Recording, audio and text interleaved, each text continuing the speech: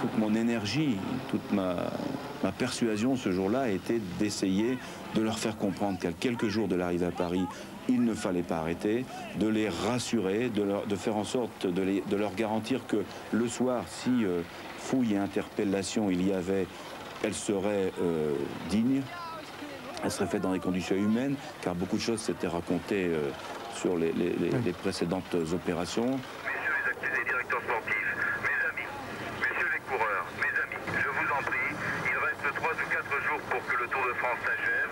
À Paris, en apothéose, reprenez la route du Tour de France. Ils repartent, mais la tourmente s'accélère. Les coureurs arrachent leur dossard. Conformément au règlement, l'étape est annulée. Au même moment, Laurent Jalabert et son équipe, la Once, abandonnent. Le soir même, à leur hôtel, il y aura des perquisitions. Plus tard, dans la même journée, des équipes italiennes, des équipes espagnoles quittent le Tour, la plus belle épreuve du cyclisme mondial. Dans la douleur, dans la peur, le Tour n'est pas mort, ni même miraculé. Simplement, il va continuer. Au terme de l'étape, les TVM en première ligne. L'union sacrée pour clore une drôle de journée, celle de tous les dangers.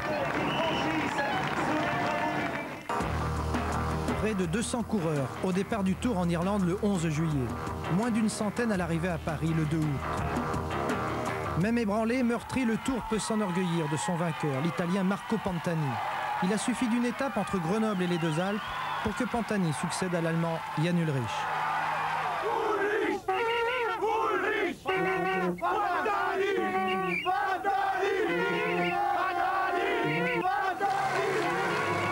Préambule. À 5 km du sommet du Galibier, Marco Pantani attaque.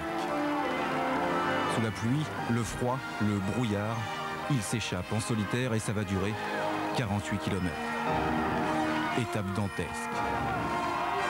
Plus loin, beaucoup trop loin, Jan Ullrich, le visage marqué comme un boxeur à la sortie du ring, sonné. Les stigmates d'une défaite annoncée. Étape épique. Marco Pantani, 1m71, 55 kg, seul jusqu'au bout. Il dira plus tard « Je suis fier d'avoir souffert pour le cyclisme ». Après avoir crevé, craqué, Ullrich terminera l'étape avec 9 minutes de retard sur Pantani. Il y a perdu son maillot jaune, mais pas son orgueil.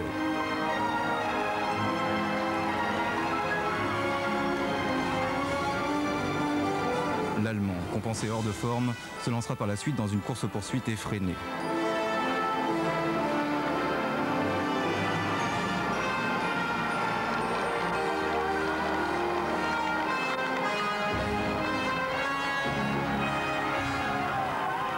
Pour rien, l'Allemand s'imposera bien le lendemain, mais dans quelles conditions? À bout de force et sous le contrôle permanent de Pantani.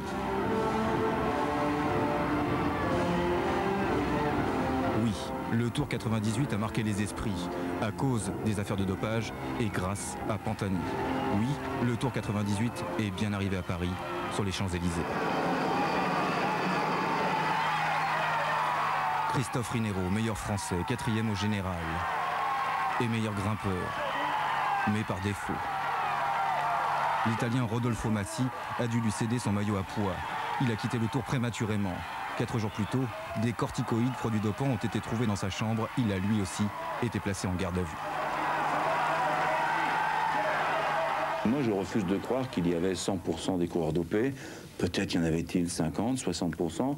Et je me dis que si l'an prochain, on fait redescendre cela à 20 ou 30%, on aura déjà gagné une forte partie. Révolté dans le Tour, survolté à l'arrivée de Paris-Tours, Jackie Durand, premier Français à l'emporter 42 ans après Albert Bouvet.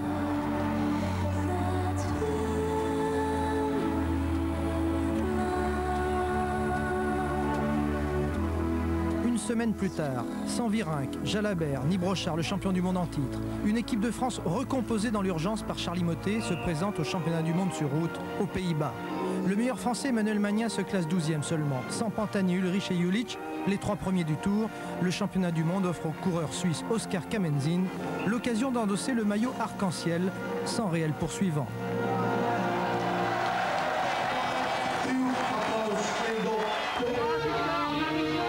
Depuis son exclusion du Tour de France, Richard Virenque a participé au Tour d'Espagne et à quelques critériums. Il n'a eu de cesse de clamer son innocence, en dépit de tout, d'aucun dirait, en dépit du bon sens.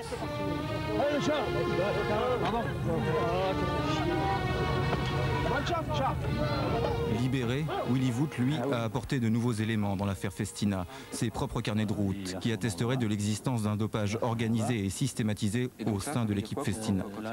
Voilà, vous voyez, Tour de France 97, qu'est-ce que Richard Virenque il a eu le 7 juillet, pardon.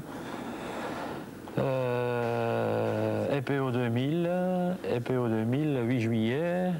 Alors, il se retrouve aussi là, avec 2 unités d'hormones de croissance, le 8 juillet aussi. Le 6 décembre dernier, à 29 ans, après 8 saisons chez les professionnels, 4 titres de meilleur grimpeur du Tour de France, Richard Virenque annonce qu'il arrête le vélo. Bruno Roussel est suspendu 5 ans par la Fédération française de cyclisme et Willy Voet 3 ans.